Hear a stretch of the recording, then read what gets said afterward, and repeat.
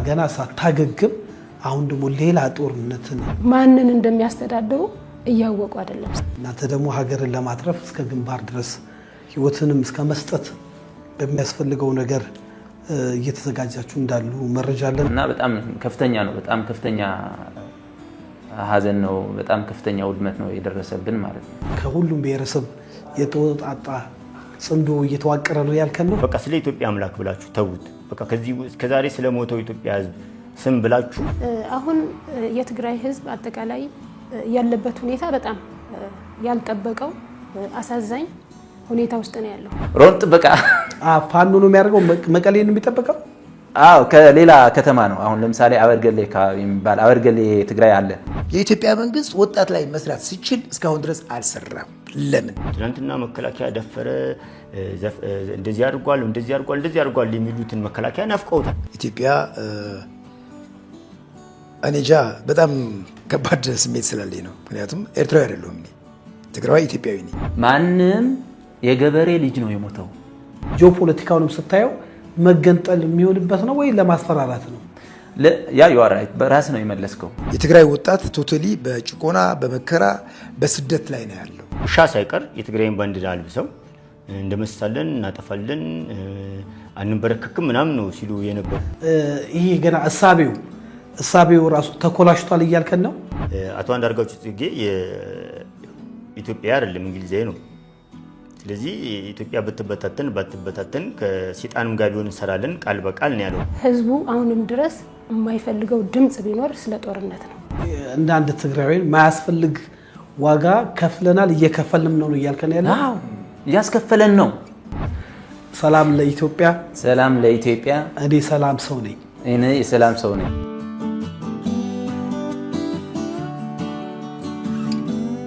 ሰላም ጤና ስጥልኝ ውድ የሀሌታ ሚዲያ አድማጭ ተመልካቾቻችን፣ ተሾመ ሽፈራው ነኝ። ሀሌታ ሚዲያ ለእናንተ ይጠቅማሉ ያላችሁን ሀሳብ የምናቀርብበት ሰዓት ነው። ዛሬ እንግዲህ በስቱዲዮአችን በርከት ያሉ እንግዶች ከሰሜን ኢትዮጵያ ከትግራይ አካባቢ ባለው ፖለቲካና በተለያየ ጉዳይ ላይ ለመወያየት ስቱዲዮአችን ተገኝተዋል። እንግዲህ በወቅታዊ ጉዳይ ላይ ከነሱ ጋር ቆይታ እናደርጋለን። ሀሌታ ሚዲያን ሰብስክራይብ፣ ላይክ፣ ሼር፣ ኮመንት በማድረግ ትኩስና ወቅታዊ መረጃ አግኙ እንላለን። ለዚህ ፕሮግራም መሳካት እንግዲህ ዋነኛውን የአንበሳውን ድርሻ የሚወስደው ስለሺ ቄሮ ነው። ስለሺ ቄሮ እንግዲህ በኢትዮጵያ በለውጡ ወቅት በነበረበት ሰዓት ከሁሉ ማህበረሰብ ጋር ህይወቱን በማስያዝ ለለውጡ የራሱን አስተዋጽኦ ያደረገ ነው።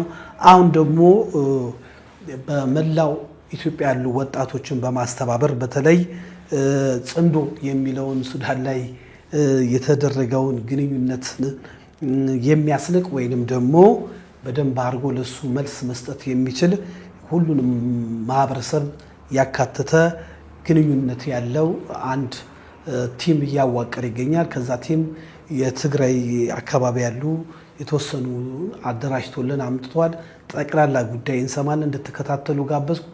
ትንሽ ነው ስላንተ ያልኩኝና እነዚህ ወጣቶችን እንዴት ተገናኘ?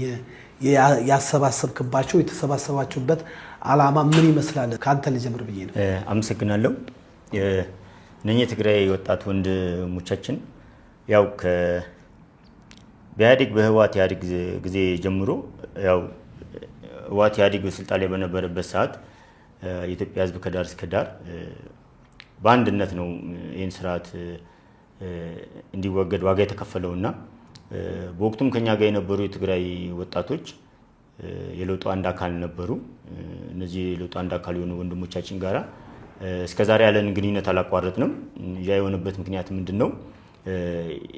ኢትዮጵያዊ ሁሉ ለእናት ሀገሩ ኢትዮጵያ አገሩ ለመጠበቅና አገሩን ለማዳን ግዴታ አንድነትና ህብረት ስለሚያስፈልገው ያኔ ኦሮማራ፣ ፈንቅል፣ ዘርማ፣ እጀቶ ያለ የኢትዮጵያ ብሔር ብሔረሰቦች ሁሉ በአንድነት የጋራ ጥያቄ በጋራ ስለነበረን ህወሓት ኢህአዴግ ደግሞ የመላው ብሔር ብሔረሰቦችና የኢትዮጵያ የትግራይ ህዝብን ጭምር አደጋና ጠላት የሆነ ስራ ስለነበረ ያንን ለማስወገድ አብረን የነበረን ኃይሎች ወይም እኛ ኢትዮጵያውያን በጋራ የነበረንን ትግል ያለንን ግንኙነት አላቋረጥንም። ስለዚህ በዛ ምክንያት እስከዛሬ ላለው ከለውጡ በፊትም ከለውጡ በኋላም አብረን ለኢትዮጵያ ሰላም እየሰራን ነው። ስለዚህ እነኚህ ወንድሞቼ ጋራ የነበረንን ግንኙነት በማስቀጠል ሀገራችን ኢትዮጵያ ያው ህወሓት ኢህአዴግ ለኢትዮጵያ ጥሩ አይደለም ብለን በታገልንበት ሰዓት የነበረን ህብረት አሁንም ደግሞ የትግራይ ወንድሞቻችን ትግራይ ሳትገነጠል ትግራይ የኢትዮጵያ አካል ሆና በፌዴራል የምትተዳደር ሀገር ሆና ነገር ግን እንደተገነጠለች ትግራይ ሌላ ኃይል ወይ ሌላ ሀገር እስክትመስል ድረስ በህገ መንግስቱ ምንም እውቅና የሌለው ህወሓት የሚባል ኃይል ከውጭ ኃይል ጋራ ጽምዶ በሚል ኢትዮጵያን ለማፍረስ ኢትዮጵያን ለመውጋት ኢትዮጵያን ለማፍረስ እና እንደገና የትግራይን ወንድሞቻችንን ዳግም ከኢትዮጵያ እንደተገለለች አድርጎ ራሱን ሀገር አድርጎ እዛ ወንድሞቻችንን እናቶቻችንን ያው እያሰረም እየገደለም እያፈናቀለም ነውና በዚህ ጉዳይ ላይ ዝም መባል ስለሌለበት እነኚህ የትግራይ ወንድሞቻችን ትናንት የነበረንን ህብረት ዛሬ ማስቀጠለን ሁሉም የኢትዮጵያ ብሔር ብሔረሰቦች ከጎናችን ቆሞ ሀገር ለማፍረስ የተሰራውን ጽምዶን ሀገር ለማዳን ከዚህም በፊት የነበረውን ግንኙነት አጠንክረን ሁሉም ብሔር ብሔረሰቦች ኢትዮጵያውያን ወገኖቻችን ከኛ ጋር ቆመው ለትግራይና ለኢትዮጵያ ሰላም ስንል አብረን መስራት ስላለብን በዛ ጉዳይ ነው ተነጋግረን የመጣ ነውና ይሄንን ደግሞ ያው ድፍን የኢትዮጵያ ህዝብ ሁሉም ብሔር ብሔረሰቦችና መንግስት ከጎናችን ቆሞ አሁን ዛሬ ላይ አደራጀን ያለነውን ለእናት ሀገር ሰላም ለኢትዮጵያ ሰላም ጽምዶ ኢትዮጵያ ለማፍረስ ነው። እኛ ደግሞ ኢትዮጵያን ለማዳን ሀገራችንን ለማዳን ትግራይ ወንድሞቻችንንም ዙሪያውን ያው ይሄ ጽምዶ ብሎ ያለው ኃይል ቢወገድ ከዳር እስከ ሎጂስቲኩ ምኑም በሱ ነው የሚመጣው የሚል እምነት ስላለን ከዳር እስከ ዳር ኢትዮጵያ ሰላም እንድትሆን በጋራ መስራት ስላለብን።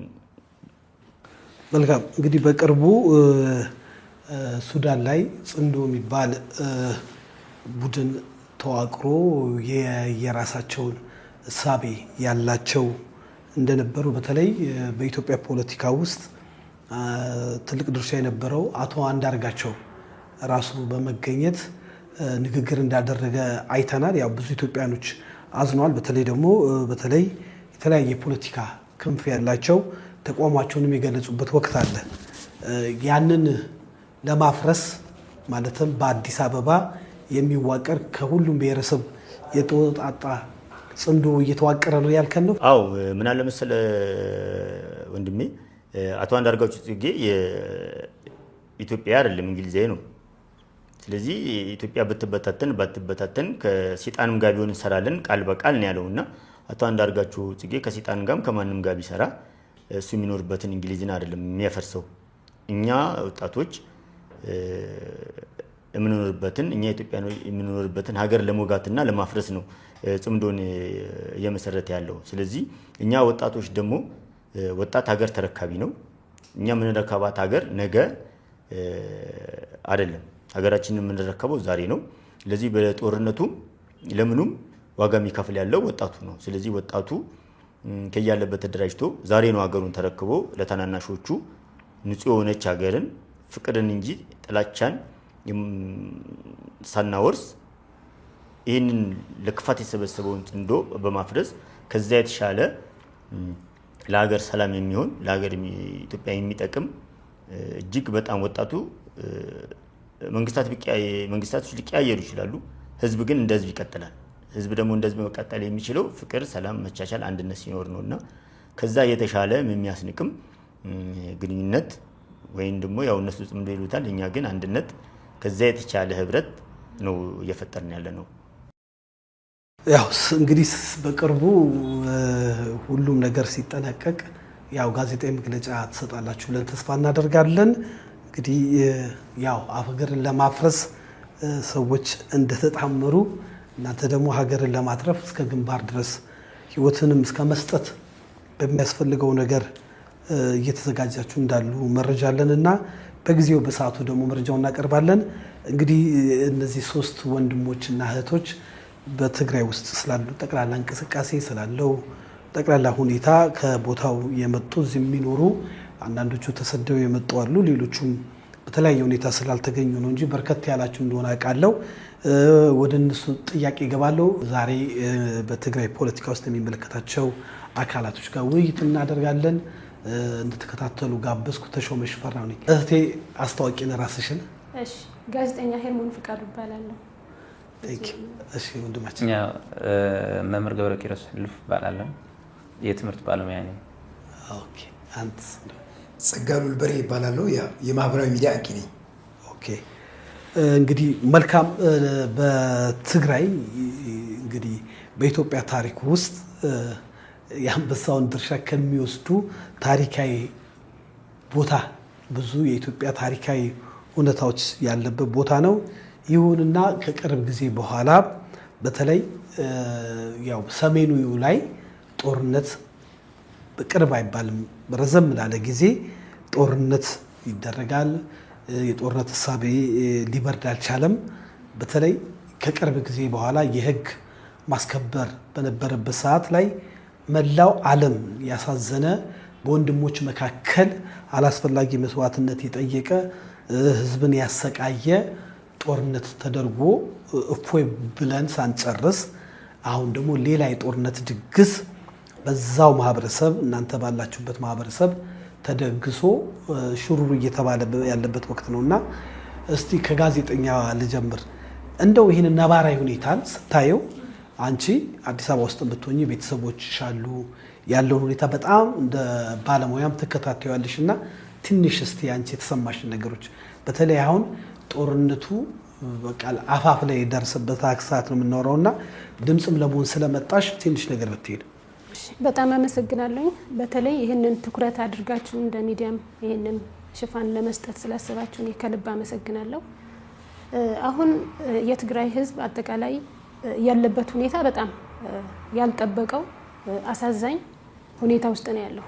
ምክንያቱም ከሰላም ስምምነቱ በኋላ ጠብቆት የነበረ በሰላም ልጆቹን ሊያስተምር ኑሮውን ሊመራ እፎይ ሊል በተለይ እናቶች ከሀዘናቸው እንዲያገግሙ ነበር የተጠበቀው። ብዙ አብሮ አደጎቻችን በጣም አሰቃቂ አደጋ የሞተው ይሻላል እስኪባል ድረስ ማለት ነው አካላቸው ይሄ ነው የማትለው አይተህ እንኳን ማለት የማትቋቋመው አይነት አደጋ ነው የደረሰባቸው። ያንን ማገገም ሲገባ እንደ መንግስት ወይም እንደ አስተዳዳሪ ማዘን ሲገባቸው ጭራሹኑ ዞር ብለው ለማስታመምም ትኩረት ለመስጠትም ጊዜ ያልሰጡ አመራርም ልንላቸው እኔ እንጃ ይከብደኛል ምን ብዬ እንደምጠራቸው እዛ ያሉት ቡድኖችን እነሱን ህዝቡ ያልጠበቀው ሌላ አደጋና ፍርሃት ውስጥ ነው የከተቱት። አሁን እንደውላለን ቤተሰብ ጋር በስራዬም የማገኛቸው ሰዎች አሉ። ህዝቡ ምንም ፈጽሞ የጠበቀውና እየሆነ ያለው ነገር ከአቅሙ በላይ ነው። ኑሮ ውድነቱ አለ፣ ሰላም እጦቱ አለ፣ ስደት አለ፣ የተራበ ሰው አለ፣ ከቀዩ የተፈናቀለ ብዙ ሰው አለ። ይሄ ሁሉ መመለስ ሲገባቸው በየተራ አሁን ግን ከነጭራሹ ተቃራኒ ነገር ነው እየሰሩ ያሉት። ጭራሽ ጦርነት የሚባል ነገር እንጃኔ ጨርሶ ለማጥፋት ካልሆነ የማይታሰብበት ጊዜ ነበር። አሁን ከዓለም ማህበረሰብ ጋር ከኢትዮጵያውያን ጋር ተውኖ ህዝባችንን እንዴት ሰርቫይቭ ያድርግ፣ እንዴት ወደ ስራው ይመለስ፣ እንዴት ቢዝነሱ ይጠናከር፣ ኢኮኖሚው እንዴት ተደርጎ ነው መዳን የሚችለው የሚባልበት ጊዜ ነበር። ግን እነዚህ ሰዎች ከመጀመሪያም አሁን ላይ አይደለም ይሄን ሁሉ አመት ኢትዮጵያም ሲያስተዳድሩ በይበልጥ የጎዱት የትግራይ ህዝብ እንደሆነ ማንም ሰው አይረዳም። ትግራይ የሆነ ሰው ነው የሚረዳው። እኛ ተጎድተን የነበረው የዛ ጊዜ ግን የሚያውቅልን አልነበረም። በወቅቱ በቃ መንግስት ተብሎ ራሱን ከላይ አስቀምጦ በሆነ ቡድን ተሸብቦ ህዝቡ ውሃ እንኳን ንጹህ ውሃ እንኳን አልነበረውም። የሚጠጣው ውሃ መቀሌ ከተማ ነው ለስሙ፣ ግን እንደ ልብ ውሃ የማይገኝበት ነው።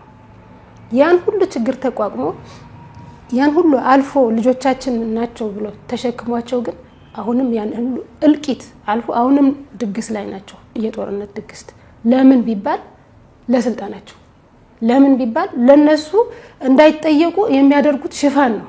በህግ እንዳይጠየቁ ወንጀለኞች እንደሆኑ ስለሚያውቁ ማንም እንዳይጠይቃቸው ለመሸፈን የሚሄዱበት ርቀት ነው እንጂ ህዝቡ አሁንም ድረስ የማይፈልገው ድምጽ ቢኖር ስለ ጦርነት ነው። የሚፈልገው ሰላም ነው። እኛም የምንፈልገው ሰላም ነው። እዚህ ላይ ሰላም እንፈልጋለን ብለሻል። እውነት ነው። ሰላም እንዳይኖር ዋነኛው ገፊ ምክንያቱ ምንድን ነው ብለሽ ታስቢያለሽ? ትግራይም ሆነ ኢትዮጵያ ማለት ነው። አዎ በጣም ጥሩ ጥያቄ ነው ያነሳልኝ። ለምን ቢባል ሰላም ይፈልጋል ሰው። ነገር ግን ሰላሙ እንዳይጸና የተደረገበት ወይም የሆነበት ምክንያት ብናይ አንደኛ ነገር እነዚህ ሰዎች ከጊዜ ወደ ጊዜ በሚሰሩት ስራ በሚሰሩት ወንጀል ተጠያቂ አይደሉም። ማንም ይጠይቃቸው ሰው የለም። ህዝቡ አቅም አጥቷል። እንዴት ነው አቅም ያጣው ብትል በጦርነቱ ምክንያት፣ በኢኮኖሚው ምክንያት ህግ ፍትህ ለማለት አንዳንድ ጊዜ እኮ የሚሰማ ሰው ማለት ያስፈልጋል። ከበላይ የበላይ አካል ይፈልጋል። ሁለተኛው በፖለቲካ ስም የሚደራጁ አካላት አሉ። ለትግራይ ነፃና ትግራይ በቃ እንደዚህ እናደርጋለን እያሉ የተለያዩ የፖለቲካ ድርጅቶች አሉ የትግራይ ውስጥም እዚህም። እነሱ ዋነኛ ትኩረታቸው ህዝብ ቢያደርጉ ጥሩ ነበረ። ነገር ግን የሚያውቁት እነሱ ናቸው። ምክንያቱም እኔ አሁን እዚህ ብዘረዝረው ሌላ ነገር ነው። እኔ የምፈልገው ሰላም ማምጣት እስከሆነ ድረስ ለውጥ ግን እያመጡ አይደለም። እርስ በርስ በመጣላት እርስ በርስ የሆነ ነገር ፍለጋ ጥቅምን ፍለጋ እንጂ መጀመሪያ ነፃ ማውጣት የሚገባቸው ሀገራቸውን ሰላም እንድትሆን፣ ክልሉ ሰላም እንዲሆን፣ ህዝቡ ሰላም እንዲያገኝ። ከዛ በኋላ እኮ ሁሉም ነገር ትርፍ ነው ይገኛል እኮ ጥቅሙም ይገኛል፣ ወንበሩም ይገኛል። ሁሉ ነገር ከጠፋ ግን ማንን እንደሚያስተዳድሩ እያወቁ አይደለም። ሰው ከሌለ ህዝብ ከሌለ እንግዲህ ማንን ነው የምታስተዳድረው? ንጉስም እኮ ለመሆን ታች ያለው ህዝብ ያስፈልጋል። ስለዚህ ዋና ችግር እየፈጠሩ ያሉት እሱ የሚልካቸው ቡድኖች ወደዚህ መጥተው በትግራይ ህዝብ ስም እዚህ መጥተው ሌላ ስራ የሚሰሩ ሰዎች አሉ። ከፖለቲካ አካላት ጋር የሚገናኙ አሉ፣ ግጭት የሚፈጥሩ አሉ፣ መጥፎ ቃላት የሚያወሩ አሉ። ትኩረታቸው ሰላም ያልሆነ ሰላም ላይ የማይሰሩ ያውን ሰላም ላይ አለመስራት በራሱ ችግር ነው እኮ። ለምን ሰላም ላይ አንሰራም ሁላችንም? እና ፖለቲካ ብለው የሚደራጁት የሚዲያ አካላት እኛ ራሳችን ትኩረታችን ፖለቲካ ሳይሆን የህዝብ ሰላም መሆን አለበት። ሰላምን ለማምጣት መስራት አለብን። እና ዋና ችግር የሆነው ትኩረት ህዝብና ፍትህ ሰላም ብለን አለመጫዋችን ነው። ይሄ ነው ብዬ ነው የማስበው። መልካም እንግዲህ ሰላም ከተፈለገ መቼም ሰላምን የሚሰጥ ፈጣሪም አለ ብለን እናስባለን። ይሁንና ግራ በሚገባን መልኩ ይሄ የምትሉት ግሩፕ ወይ ፓርቲ ያለው በህዝብ መሀል ነው። ህይወቱ የሚገብርለት የህዝብ ልጅ ነው። የትግራይ ፖለቲካ ምሁራን በውጭ ሀገር አሉ። በዛ በነበረው ጊዜ እንዴት አላይን ፈጥረው ብዙ ነገር ሲሉ እንደነበረ አይተናል። አሁን ግን ምንም ነገር የለም፣ ዝም ነው። የታቀደውን ነገርም ብዙም ሲቃወሙ አናቅም፣ ብዙም ሲደግፉም አይታይም። እንደ አንድ ሚዲያ ስታይና ራሱ ህዝቡ ጀነራል ሳሞራ እንዳሉት በቃ ልጄን አልሰጥም ለዚህ ጦርነት።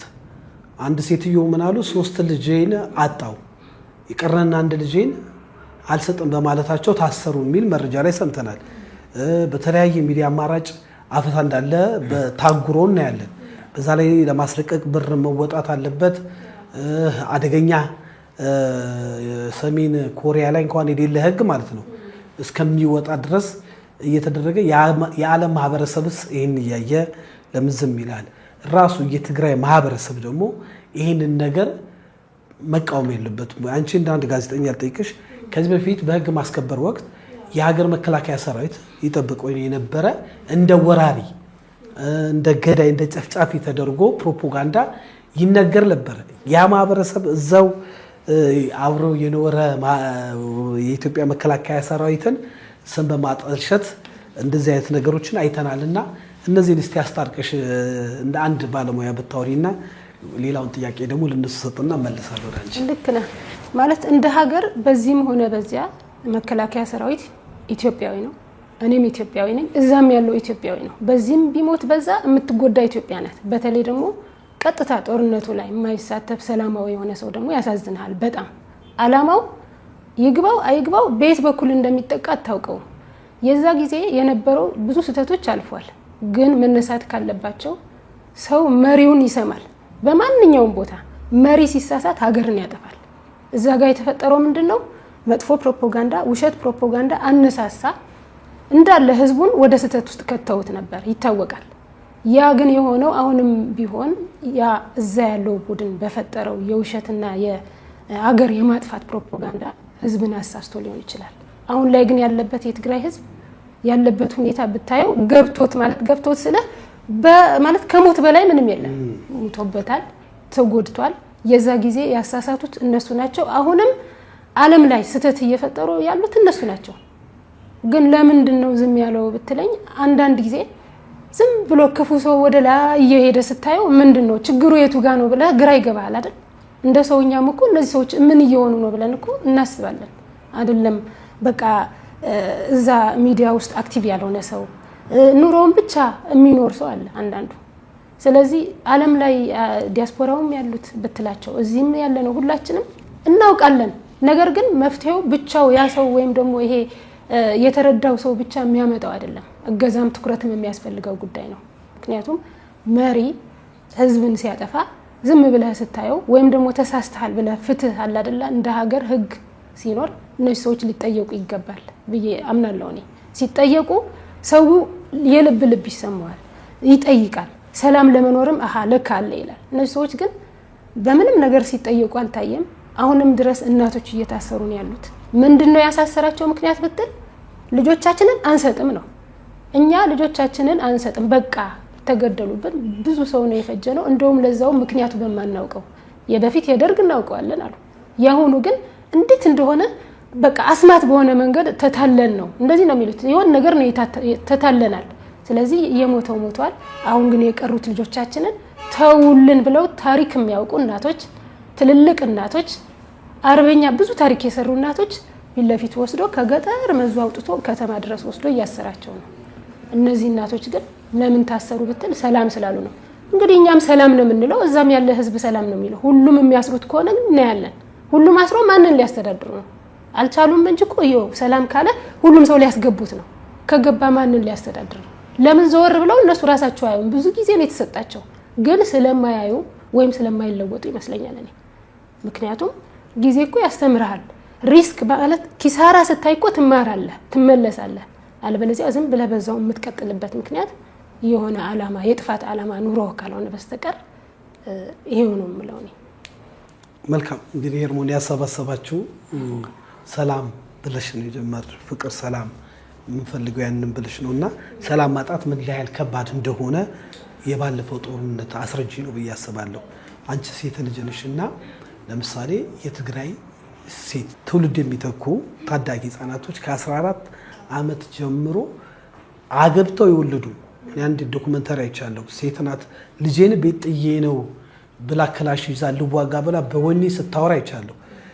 በጣም በብዙ ቪዲዮ ያየናቸው ወጣቶች በኋላ ተሰቡ ተብሎ ለቅሶም ሲቀመጡ አይተናል። ብዙዎቹ ደግሞ አካል ጉዳተኛ ሆነው ዊልቸር ላይ ሆነው በተለይ ሴት እህቶች በጣም በሚያሳዝን ሁኔታ እስክስታ በቲክቶክ ስላስመተሻቸው አይደለም የልብ ስበራታቸው እነሱና ፈጣሪ ነው የሚያውቁትና እንደው እንዳንድ ጋዜጠኛ ሰምተሽ ልብሽን የነካው የትግራይ ሴቶች ችግርን ትንሽ ብትይል።